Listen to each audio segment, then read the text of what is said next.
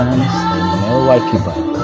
That game is your 20 and 21 NBA Final. Watch. Hey man, how old are you? 20? Are you kidding me? I got sneakers that old. Then he goes. I told you all, Bucks in 6.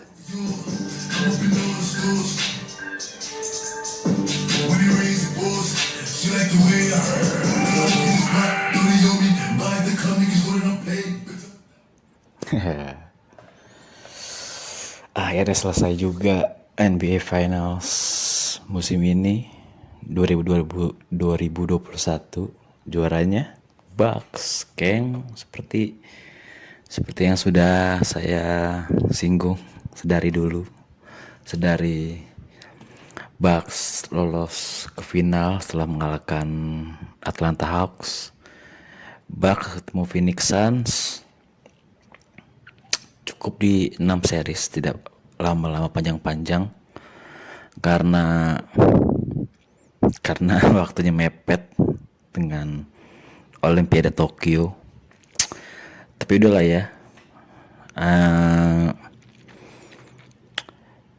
kayaknya nggak akan ngomong panjang lebar juga soal finals karena apa yang saya prediksi sejak awal nggak beda jauh sih. Maksudnya Suns tetap ngambil 2 game walaupun prediksi saya tidak setepat itu, tapi ya 6 game emang suatu hal yang wajar sih. Artinya kayak gini deh, maksudnya Giannis itu saat final itu dia itu bukan baru ya,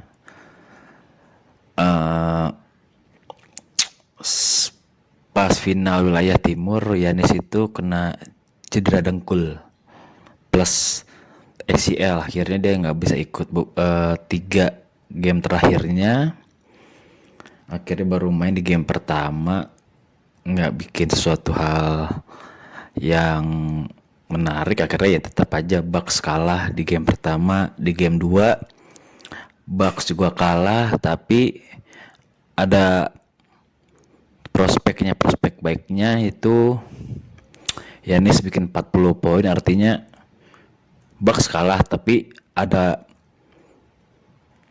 progres bahwa Giannis udah siap di series final ini sih. Akhirnya di game 3 sampai game 6 Giannis dominan. Di game 3 bahkan tetap dominan, dia bikin blok yang bagus. Hampir setiap pertandingan dia bikin blok yang bisa jadiin highlight, yang bisa terus diputer tiap tahunnya. Game 3 Giannis bikin 40 poin, game 4 Chris Middleton 40 poin, game 5 Giannis, Middleton sama Jrue Holiday main bagus tiga-tiganya. Kombinasi poin ketiganya sampai 88 poin dari total 100 lebih. Game 6 selesai, Giannis bikin 50 poin, 14 rebound. Itu kayak udah gue bilang, kayak waktu udah saya bilang kan ya, di series ini Giannis bakal dominan banget sih. Ya terbukti juga, maksudnya walaupun dia baru beres cedera tapi dia tetap bisa keep up. Kok ngapa itu lewat? Lanjut lah ya, lapar juga belum makan. Satu-satunya yang kurang begitu tepat,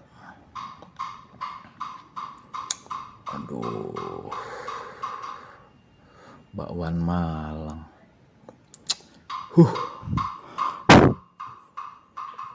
Kuah terus. Satu-satunya yang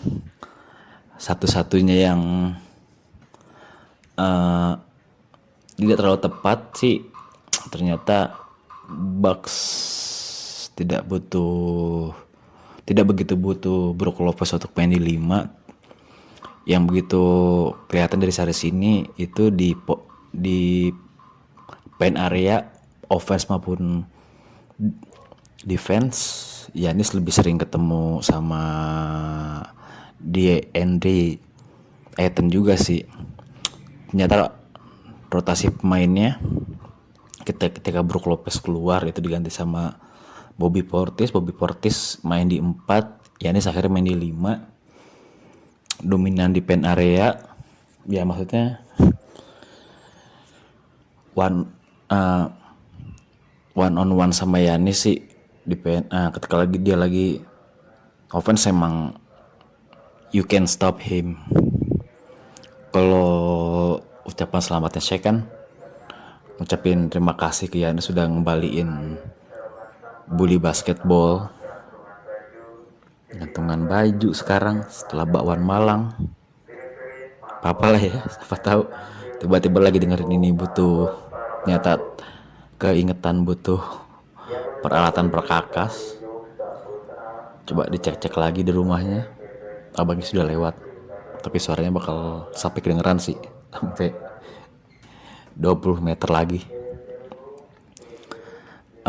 Lanjut, aduh. Final ini yang bikin apa ya? Sebenarnya sih biasa aja sih, mau siapapun yang menang, Bucks atau Phoenix, saya tidak begitu peduli. Yang jelas musim depan Lakers sudah siap. Tapi kalau balik lagi di final ini sih,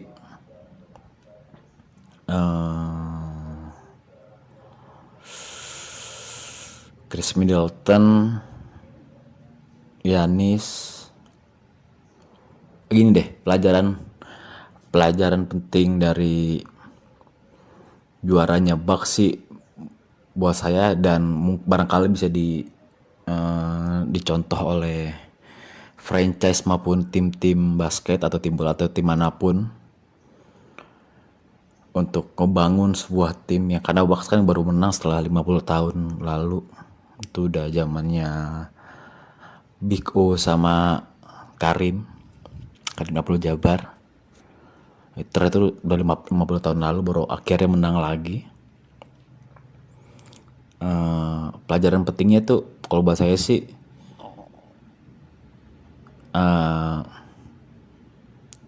Bucks ya, Giannis itu ikut NBA Draft 2013, dia class of 2013.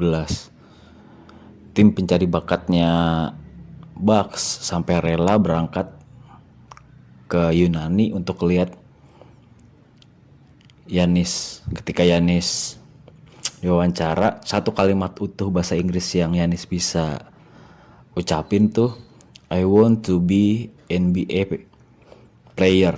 Hanya kalimat itu sih, hanya kalimat itu ya, kalimat utuh bahasa Inggris yang Giannis bisa. Akhirnya dia dibawa ke Amerika untuk NBA Draft. Di putaran pertama NBA Draft, Bucks langsung milih Giannis. Dia karena Bucks dapat nomor ke-15. Edan knalpot kencang, digeber, cuma bisa geber, sialan emang. Damn, gimana gue ngeditnya ini, biarin aja. Tapi maksud gue, Bucks itu sampai rela milih pemain dari luar Amerika, bahkan Yunani yang belum begitu kelihatan basketnya, juga pemain-pemainnya nggak ngambil dari kampus-kampus kayak tim-tim lain. Giannis, cara Bucks gimana ngebentuk sampai juara dari tahun 2013, berarti 7-8 musim ke-8 baru dapat hasilnya. Ketika di musim ke-8 ini, maksudnya ini baru sebuah prospek yang benar ketika mereka draft pemain emang dia tahu pemain itu, mereka develop Yanis semaksimal mungkin, karena di antara pemain lain di draft yang di kelas yang sama di tahunnya Yanis 2013 itu emang cuma Yanis doang sih yang paling beda, paling menonjol. Badannya dari cuman sekitar segaris, akhirnya sekarang sekeker itu. Cuplikan-cuplikan yang tadi sempat di awal ada lihat,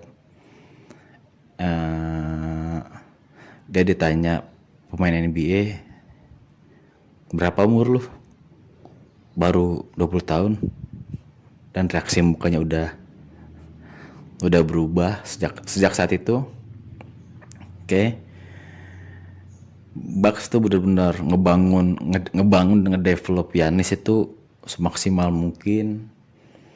Setelah mereka bisa ngebangun itu, baru Bucks setelah Giannis sudah kebentuk sedemikian rupa, sudah mulai baik, Bucks langkah selanjutnya adalah Bucks ngebenerin arena mereka biar lebih menarik, biar orang-orang datang bisa ngelihat ini loh pemain yang udah kami develop dengan baik. Yanis, kita udah punya bintang yang siap untuk bersinar ke tahun-tahun berikutnya. Orang-orang udah ngeliat itu, baru Bucks ngebikin pemain-pemain di sekitar Yanis untuk ngebantu dia.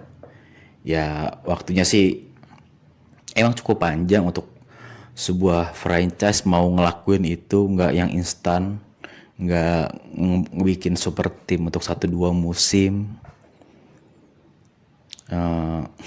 Walaupun orang bilang Lakers 2020 itu udah super team, entah apanya yang super team sih, tapi lupakanlah. Tapi maksudnya adalah emang butuh proses sepanjang itu. Lu kalau mau mendapatkan hasil yang benar-benar dari bibit sampai benar-benar sukses ya emang sepanjang itu. Lu develop pemain lu setelah udah jadi, lu baru bangun ngebenerin arenanya udah jadi, baru ketika orang udah mulai datang nyaman nonton ngelihat ada pemain bagus, baru pemain bagus itu dikasih nih orang-orang yang pas, orang-orang yang tepat untuk ngebikin tim itu jadi makin kuat. Karena Bucks musim ini juga nggak terlalu di regular season cuman beres di peringkat 4. Mereka semifinal mesti ketemu Brooklyn Nets, yang untungnya kalau kakinya Kevin Durant nggak kepanjangan akhirnya nginjek garis, itu mungkin bakal beda cerita lagi. Tapi faktanya emang begitu. Kayaknya sih kelihatan Bucks itu udah mulai ngebangun orang-orang di sekitar Giannis tuh ketika Jason Kidd jadi pelatih kepala. Ikut ngedevelop Giannis, orang-orang di timnya.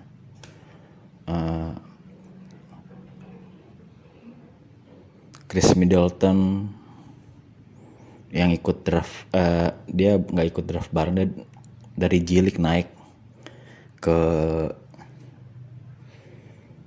NBA, kayak Alex Caruso, kayak Fred VanVleet, sama kayak gitu pula. Tapi intinya Chris Middleton itu dari sejak tahun pertamanya Giannis, mereka udah bareng-bareng terus ngebangun sampai pada masanya Bucks itu punya pemain yang big size semua, gede-gede, nggak gede sih, tinggi-tinggi. Snell, Maker, itu pemain-pemain yang tinggi-tinggi yang coba dibangun Bucks di sekelilingnya tapi belum begitu berhasil. Kemudian ngedevelop lagi,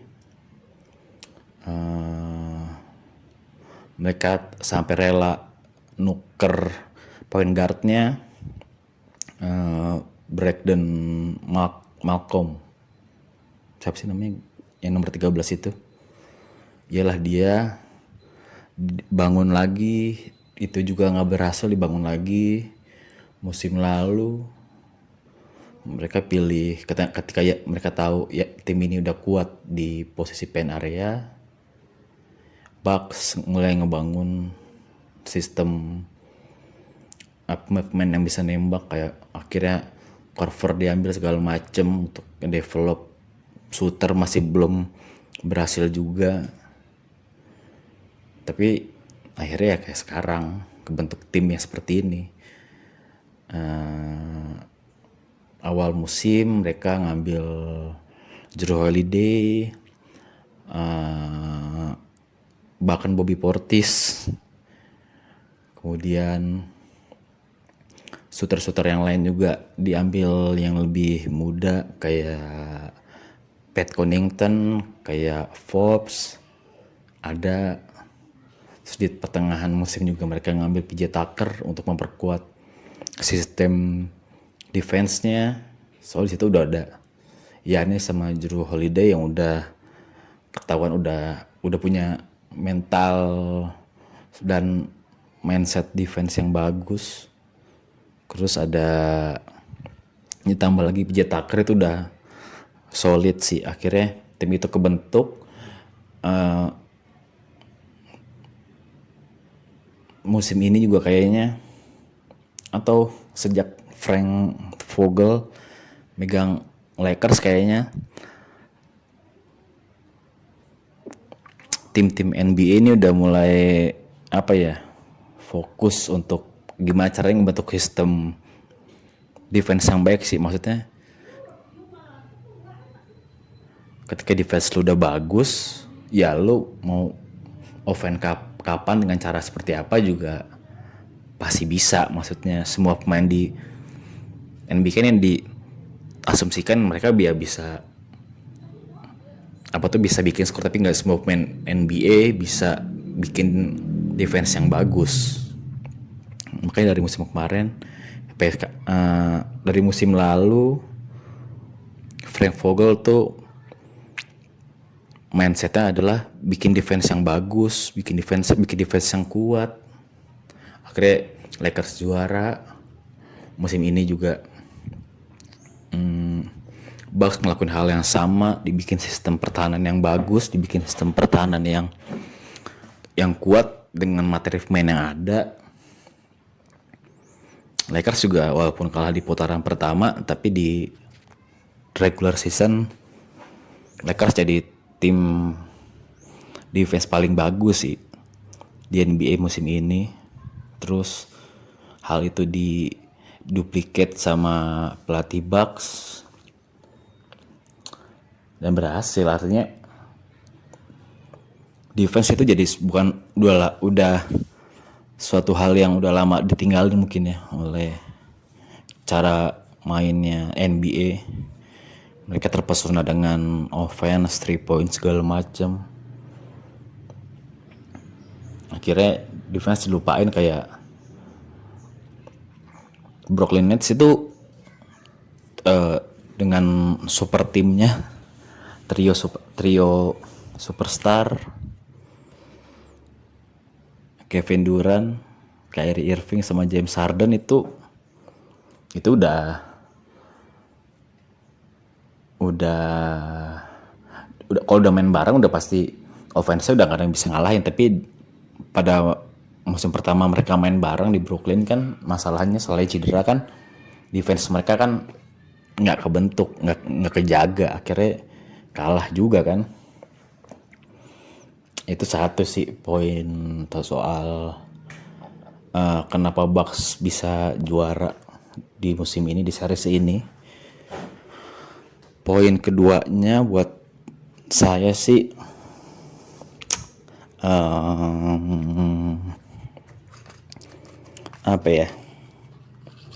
gini,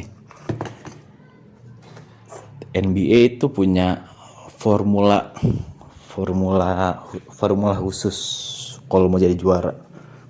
Jadi tim itu bukan soal mitos atau apa, tapi ini memang udah formula sakleknya NBA sih kalau timnya mau juara, yaitu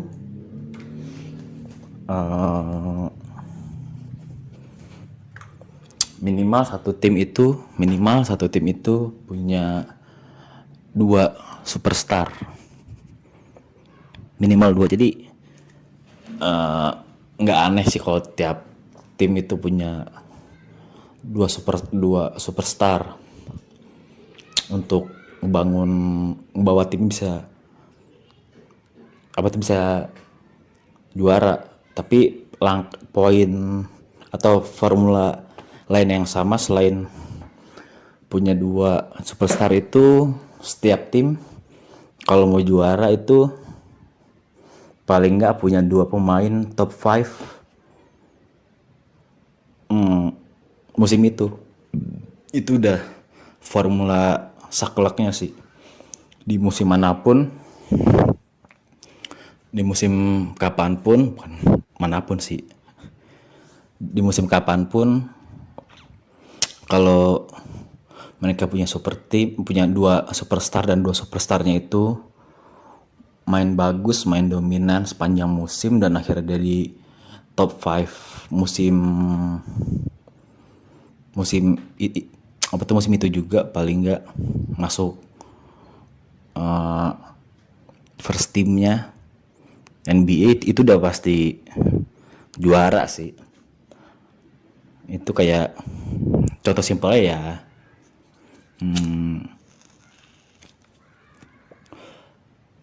Lakers musim lalu lah. Lakers ketemu Miami Heat, ya Lakers udah dipastiin juara. Tapi gimana cara mereka juara kan yang akhirnya ditonton dan menarik juga. Tapi hal itu menurut saya jadi suatu yang menarik ketika Bucks bisa juara dengan tanpa superstarnya. Mereka cuma, ya kalau dihitung saat ini sih cuman Giannis doang. Chris Middleton ya levelnya belum sampai sekelas superstar player. Jrue Holiday juga. Tapi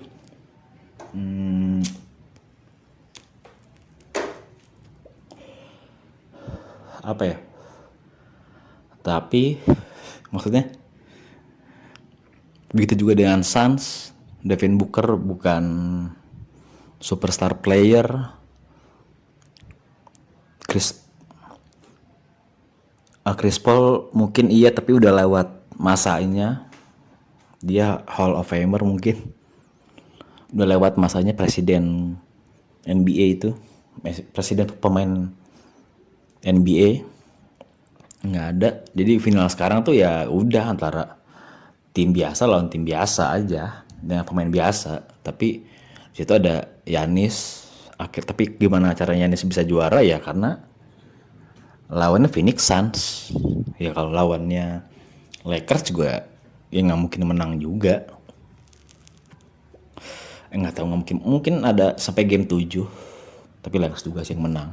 Maksudnya ya lu nggak butuh 2 superstar atau 2 pemain top 5 musim ini untuk bisa juara, karena lawan lo cuman Phoenix Suns yang kalau ditarik ke belakang, Phoenix Suns itu mulai naik ketika banyak pemain pada cedera, khususnya di wilayah barat. Banyak pemain yang cedera pada bulan itu, nggak salah Januari itu jadi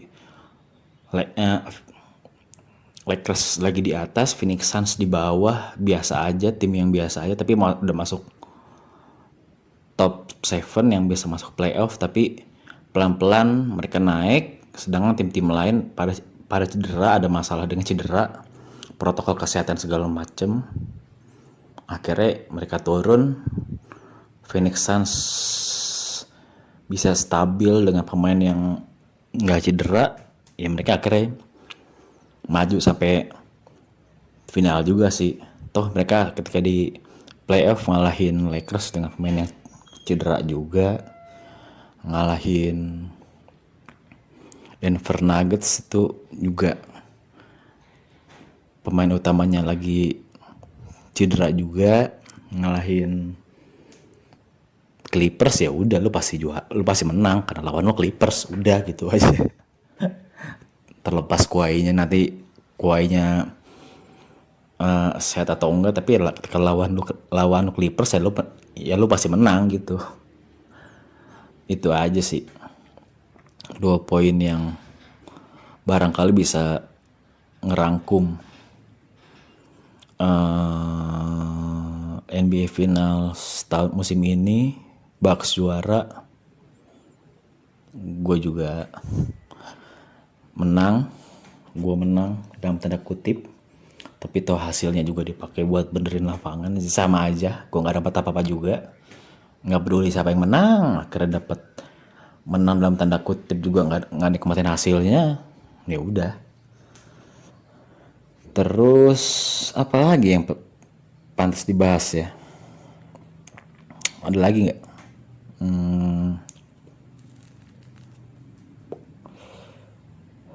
Nggak ada sih ya.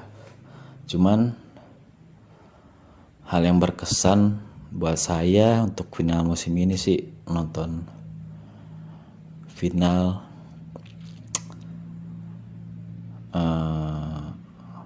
di Perpus sih. Maksudnya itu tahun ke-11, udah 11 tahun lalu terakhir gue kali nonton final di sini. Di rumah nonton pakai TV, nikmatin final karena disiarin di TV swasta. Itu 11 tahun lalu gue nonton itu sama orang yang pertama kali kenalin gue sama basket, yang sekarang udah meninggal. Tiba-tiba selama nonton series ini gue keinget terus, keingetan sama beliau. Ada sedih, ada kangen, ada segala macemnya, karena 11 tahun lalu itu 2011 atau 2010 itu terakhir kalinya saya sama beliau itu duduk bareng nonton finals Lakers game 7 sama ketemu Boston Celtics pagi-pagi. Beliau waktu itu baru beres jogging, saya udah siap-siap mau nonton aja. Akhirnya kami duduk bareng nonton. Saat itu kami bukan cuma nonton, tapi saya diajarin gimana caranya bermain basket, gimana diajarin setiap gerakan. Di situ ada, saat itu yang juara Lakers, Kobe juara, dengan Kobe terakhir kali ya juara, dapat ring kelimanya dia di game 7. Itu semua gue diajarin, bukan, dan dikasih tahu basket itu seperti apa, cara main basket itu seperti apa, pressure-nya seperti apa ketika main basket. Itu dikasih tahu lewat, ya karena kami berdua hanya berdua nonton finals sambil menganalisis pertandingan, dikasih tahu segala macam. Dan itu udah 11 tahun yang lalu. Dan ketika sekarang saya coba nikmatin itu sendirian. Akhirnya apa yang beliau kasih sejak saya kecil, yang mengenalkan saya basket. Saya lebih dulu kenal basket dari sepak bola. Saya lebih dulu kenal bola basket daripada bola sepak oleh beliau. Karena lapangan ketika itu nggak ada. Ketika saya kecil lapangan di dekat rumah nggak ada. Ada lahan kosong tapi rumputnya tinggi-tinggi. Ada lapangan bulu tangkis, saya nggak punya raket dan segala macem. Toh yang dikenalin adalah akhirnya bola basket. Jadi ketika dari kecil saya udah dikenalkan bola basket oleh beliau. Dan sekarang beliau udah nggak ada. Lapangan terakhir yang saya bangun sekarang dengan anak-anak itu juga berkat semangatnya beliau yang kayaknya semangat main basketnya tuh timbul lagi selama fase ketika itu masih fase penyembuhan stroke. Jadi diminta untuk beraktivitas walaupun ngomongnya rada susah segala macem, ingatannya terbatas. Tapi ketika saya dan anaknya coba bangun lapangan basket, dia support, dia ngajarin, akhirnya banyak yang main basket di sini, orang mana segala macam. Ketika main ada beliau juga mau ngajarin gimana caranya main basket, gimana cara ngelempar dan dalam kondisi yang ya sedang sakit. Kadang-kadang kita main bareng 3 lawan 3, beliau main juga pelan-pelan tapi sambil main tanpa kelihatan menggurui mereka yang baru belajar atau kenal basket. Buat saya, khususnya di tempat saya, dia ngasih impact yang sangat besar sih pada orang-orang seperti saya, generasi saya yang baru mulai kenal basket, atau generasi setelah saya, adik saya khususnya. Dia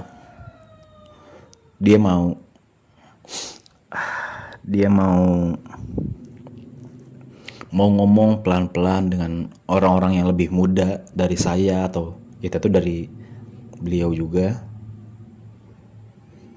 mau ngajarin, mau nuntun, mau ngasih tahu gimana sih cara yang bener main basket, gimana sih cara ngelempar bola basket sih yang bener, gimana sih ketika posisi main basket itu ya. Kata sampai sekarang akhirnya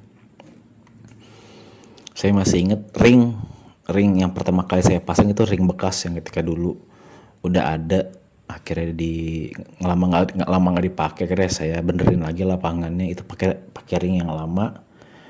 Baru pertama kali ketika baru selesai dipasang dan pertama kali dimainkan, ringnya ternyata patah. Orang pertama yang berinisiatif untuk beli ring baru ya beliau.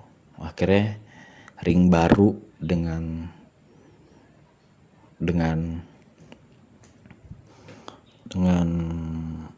kualitas yang lebih bagus itu bisa dipakai sampai sekarang pun ring yang beliau beli masih ada walaupun udah nggak kepake karena udah ngebangun lapangan baru lagi. Saya bersama anak-anak udah beli ring yang lebih bagus, tapi ring dari beliau masih saya simpen sampai sekarang. Entah itu kenang-kenangan dari beliau untuk saya atau gimana. Pokoknya karena beliau juga gue bisa kenal basket, gara-gara beliau juga gue mau namanya main basket itu bukan sekedar langsung main, bahwa main basket itu ada latihannya, ada caranya, ada langkah-langkahnya, ada stepnya. Beliau yang bikin menurut saya basket jauh dari kata populer, tapi beliau memasyarakatkan olahraga basket yang begitu, kalau dianggap strata sosial, mungkin mereka punya strata sosial yang terlalu tinggi. Akhirnya pada mungkin kalian punya teman-teman anak basket yang ternyata yang tampak sengak kalau di tongkrongan segala macem, tapi berkat beliau basket jadi suatu hal yang populer, yang memasyarakatkan sekali olahraga ini. Ketika siapapun yang pernah berinteraksi dengan beliau pasti tahu sih kualitas beliau itu ada di mana, betapa humble-nya dia ketika di lapangan basket maupun di luar lapangan basket. Jadi final tahun ini memang nggak menarik buat saya. Siapapun yang menang ya biasa aja. Saya pun menang, yang tadi saya bilang menang dalam tanda kutip pun nggak dapat apa-apa, tapi final tahun ini memberi kesan yang cukup sentimental sih buat saya. Karena setiap pertandingan saya coba nonton di tempat yang sama. Saya nonton di tempat yang sama, di posisi yang sama ketika saya dan beliau 11 tahun lalu nonton basket di game 7.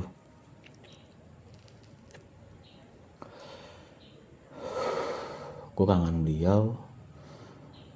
Gue gak sempet datang ketika beliau meninggal. Gue gak kuat. Sampai sekarang gue masih kangen beliau.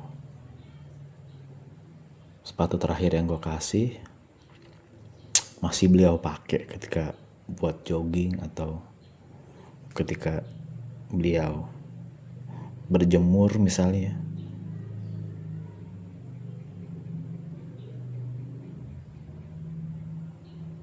Sampai akhirnya sekarang udah meninggal, dan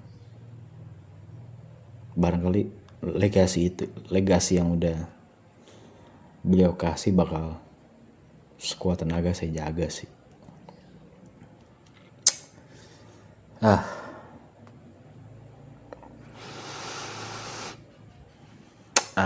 Kalau yang mau lihat, kayaknya sih ada sih di beliau, ada video beliau lagi ngelempar free throw di YouTube saya. Thumbnailnya gambarnya pelatihnya Hanamichi Sakuragi. Nanti bakal saya taruh di deskripsinya tuh video beliau. Barangkali ya kalian ada yang kenal atau pernah berinteraksi, tolong kirimkan doa terbaik kalian buat beliau. Semoga jalan dilapangkan. Udahlah ya, sudah ada panggilan azan. Cukup sekian dulu. Moga kita bisa ketemu lagi di NBA draft. Enggak sih, kayaknya di ketika masuk free off seasonnya, free agent aja ya. Udahlah, bye, sehat-sehat semuanya.